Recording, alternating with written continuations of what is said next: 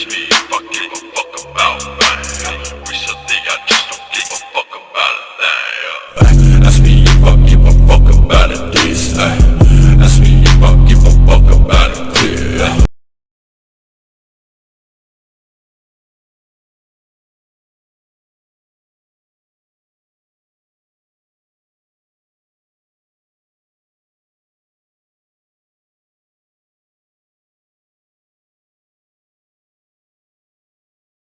Star Wars fans are all trying to get their hands on the latest limited edition product to come out of the franchise. Is it a new lightsaber? A functional life-size BB-8? Nope, it's milk. Blue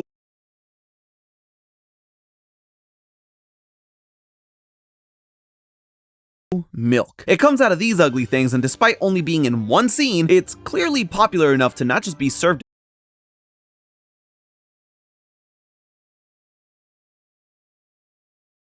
at the theme park, but now as a limited edition milk you can buy at the grocery store. But even though it was only in that one scene, this milk is actually the franchise's true villain because it should have killed Luke. Hello Internet, welcome to Food Theory, where our lightsabers are blue and so is our milk. For those of you not on the up and up with all things in a galaxy far, far away, Star Wars Day is coming up this weekend, specifically on May the 4th. In case you don't get it, the pronunciation of the date sounds like the popular phrase, "May the Force be with you" in the movies. The holiday has been celebrated for decades at this point, pretty much ever since the movie's first release. But the first recorded use of the phrase wasn't even in any connection to the movies or their releases. It was used to congratulate Margaret Thatcher on her victory in becoming the Prime Minister of the UK. Yeah, Star Wars fans have political PR to thank for their holidays catchphrase. But that's obviously not the only thing to come out of the commemorative day. I'm talking all sorts of toys, apparel, accessories, and yes, even food. The most recent release that has people clamoring to get some for themselves is blue milk. It's literally what it sounds like. Milk that is blue. But fans are elated that they finally get to try this drink that appeared in exactly one scene in 11 movies. The real world product is being released in limited locations and for a limited time by TrueMoo. You know, the chocolate milk company that's expanded to now include things like strawberry milk, mint vanilla milk, and oh God, orange cream milk? Well, luckily for everyone with taste buds, this blue milk is simply just slightly vanilla flavored with some coloring. I tried getting my hands on some, but the limited locations as of the writing of this episode are apparently exclusively in the city of Chicago. Nothing in California, Texas, New York, or even North Carolina. But regardless, I'm not interested in the real world product. Obviously, that's just plain old cow's milk at the end of the day. My focus today is on the fictional drink, milked from the creatures called banthas in the universe. Luke was clearly a fan, so I need to know, what would it taste like? And why is it blue? But above all of that, was it truly safe to drink? Now, I like Star Wars as much as the next guy, but my return was less of the Jedi and more of the King, so I'm definitely gonna need some outside help with this. You know what that means? I'm getting a crossover of my own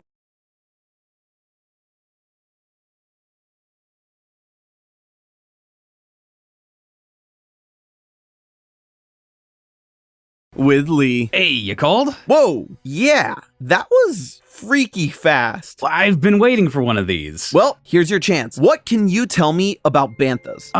Their milk is blue. You need more. Well, they're large hairy mammals with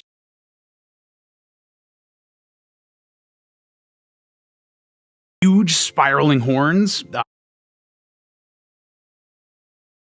They stand around 2 to 2.5 meters tall. They can weigh around 4,000 kilos. They're mainly used for transportation by the Tusken Raiders. Oh,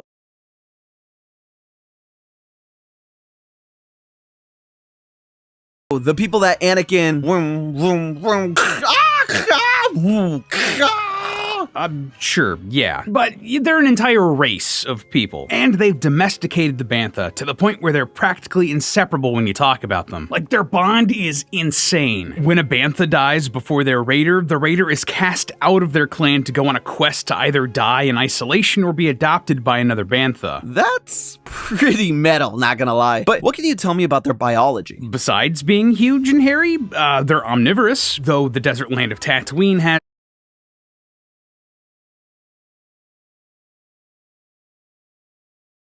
them mostly subsisting off of grasses and other faunas, but they eat plenty of fruits too. Oh, and they can go without water or food for a super long period of time. Because of the desert? Yeah, but they're also known to live in all sorts of extreme environments. Like their fur can help them keep both really cool or really warm. Interesting. Okay, last question, super fast. Why is their milk blue? You tell me, food theorist. Fine. Well, having a better idea of what these things look like, where they can live, and what they eat helps us a lot. Now we know that they tend to live in extreme environments, like the arid Tatooine deserts, and they're pretty freaking huge. Unfortunately, as far as the color of their milk, there's literally nothing in the astonishingly extensive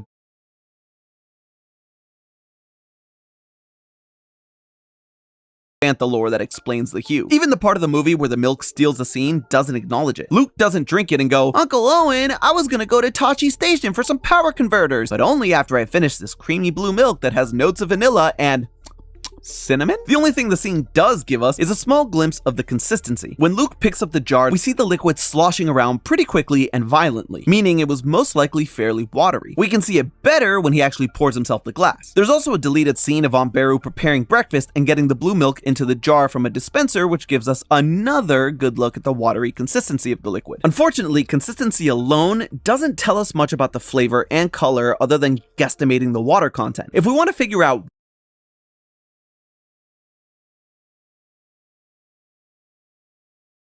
why it looks the way it does, first we have to understand why the milk we drink is typically white in the first place. You may remember way back in our Hot Ones episodes, we talked about casein quite a bit. It's one of the two types of protein in cow's milk, and the one that binds to capsaicin to help you cool down after a spicy bite. But that's not all it does. Casein molecules also form a natural structure called a micelle in the milk water by binding to minerals like calcium to form. Micelle is a chemical term. Essentially, it's what large molecules form into because they're too big to be soluble. So they form this spherical shape in order to stay suspended in the water as if they were soluble. The reason this affects the color in the milk is because fats and micelles in the milk cause light to refract and scatter. This prevents color absorption and leads to the milk appearing white. So it's the chemical composition of milk that gives it the color. If bantha milk is blue, then we have to understand the chemical makeup of their milk. Bad news is there's very little information on that, which is crazy considering the Star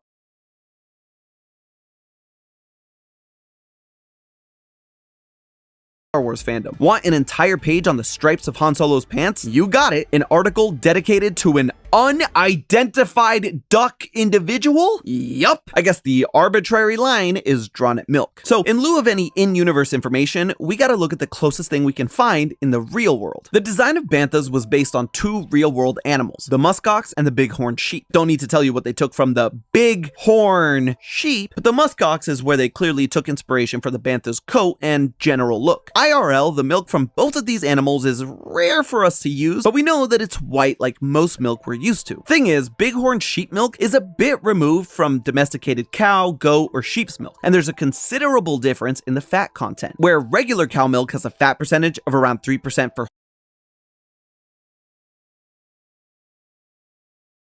whole milk, bighorn milk hovers around 8%, almost 3 times more. And the problem here is that milk with higher fat content will be more viscous and wouldn't appear nearly as runny as the blue milk we see in the scene. Muskox milk is still rare, but some people have taken to putting it in their coffee. It makes me shudder at the thought, but apparently it's rich and fatty and not offensive in flavor. So basically it didn't make them immediately vomit, so they figured they'd chuck it in their morning joe. It looks a bit thicker than the blue milk, which makes sense considering the muskox doesn't produce much milk to begin with, so what milk they do produce is high in fat for their offspring. This means we aren't gonna get a satisfactory answer here, especially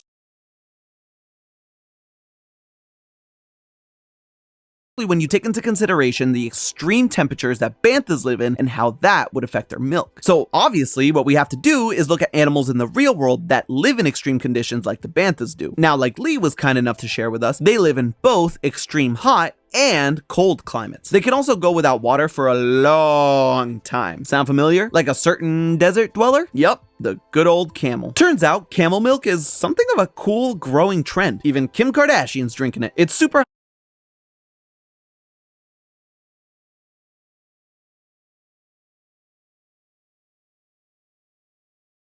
high in vitamin C, iron, and a bunch of other things compared to cow's milk, and has less lactose, which is good news for those of you intolerant to it. But for our mission today, their milk isn't much help. For one, it's as white as cow milk. And despite it being much lower in fat, it's high in proteins, which cause it to foam up extremely easily. Great for your vanilla camel frappuccinos, but not for comparing it to bantha milk, which very clearly did not foam up in its appearances. So despite having similar diets and environments, camels clearly need to give more protein to their young than banthas do. Struck out again. But maybe looking at the other extreme might provide some useful information. On the other end of the climate spectrum, in the cold, you have the mighty polar bear. Now, we don't know much about polar bear milk because if you get close enough to milk a polar bear, let alone actually try to do it, you're gonna look like the Jedi Temple after Anakin was done with it. Too soon? That said, we do have some information. One Mad Lad researcher did get to try some polar bear milk and described it as a rich, marine, earthy, chalky taste with a finish vaguely reminiscent of fish. Yum? It makes sense though. They eat seals. Of course it's gonna be fishy. But unlike the protein-heavy camel, their milk is extremely fatty because they love to munch on seal blubber. They depend on it to develop a nice layer of fat that keeps them warm in the super cold temperatures and can help keep them alive when food is hard to find. What this means for us is that the fat, like we established, will make their milk white. It's also high in minerals that their cubs need, so the water content will be lower and make it more viscous than what we're looking for. Once again, this leaves us without blue or runny milk, but it does tell us that their diet is a major factor in the taste. The other thing that none of these animals we've looked at so far check off the list is that they're all much smaller than the bantha. So maybe it's time we pick on something their own size. And the only land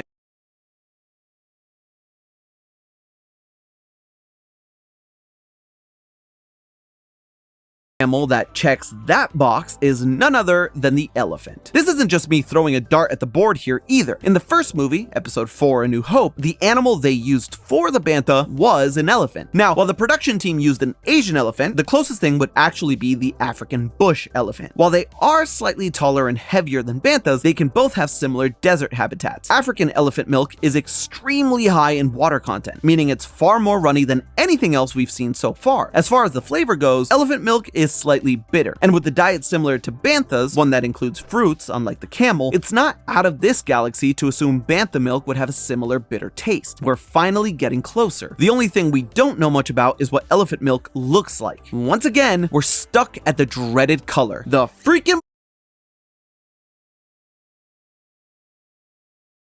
blue dabu dee dabu da. I gotta tell you, I was so close to just throwing in the towel here, but I decided to shift my focus away from exotic animals for a second and take a look at a milk that we have way more information about. Human breast milk. Yeah, my search history is definitely raised some eyebrows at the CIA, but that's neither here nor there, because this is where we can finally get some answers. You see, it's actually not uncommon for breast milk to come in a variety of colors, like pink or green and even blue. Why? It turns out it has to do with the fat content. Milk that's lower in fat tends to take on a bluish tint. It's only when more fats get involved that it turns back to a white or off-white color. It all goes back to the micelles. The larger those are, the more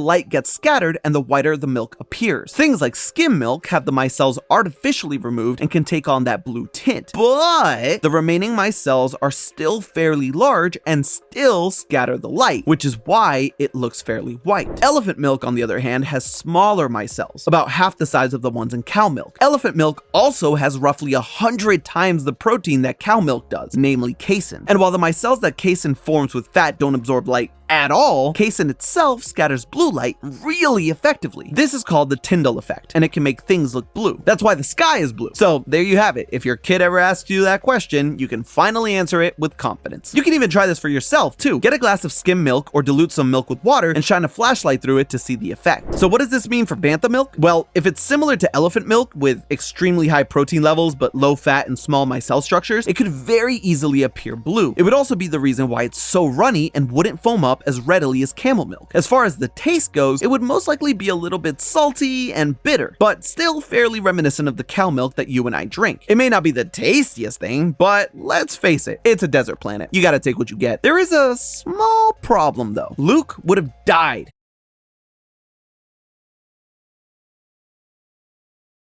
drinking this every day. Remember the 4 things we have to keep in mind with the blue milk? The viscosity of the milk, its color, the extreme environments that banthas live in, and you gotta take what you get. There is a small problem though. Luke would have died drinking this every day. Remember the 4 things we have to keep in mind with the blue milk? The viscosity of the milk, its color, the extreme environments that banthas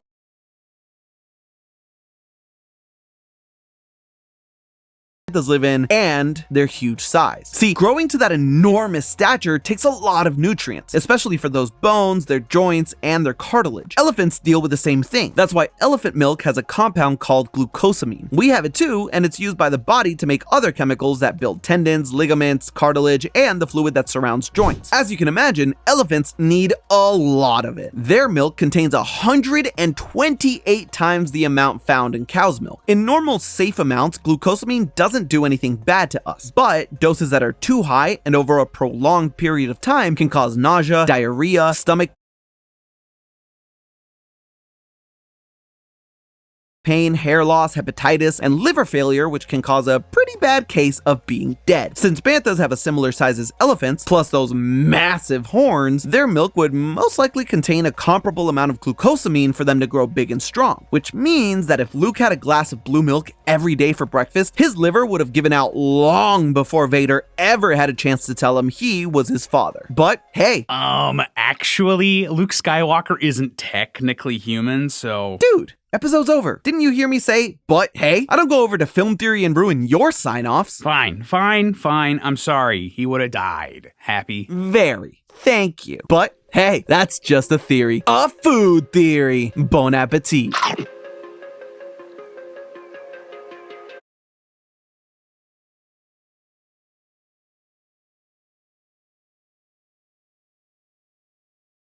Promise that you'll catch me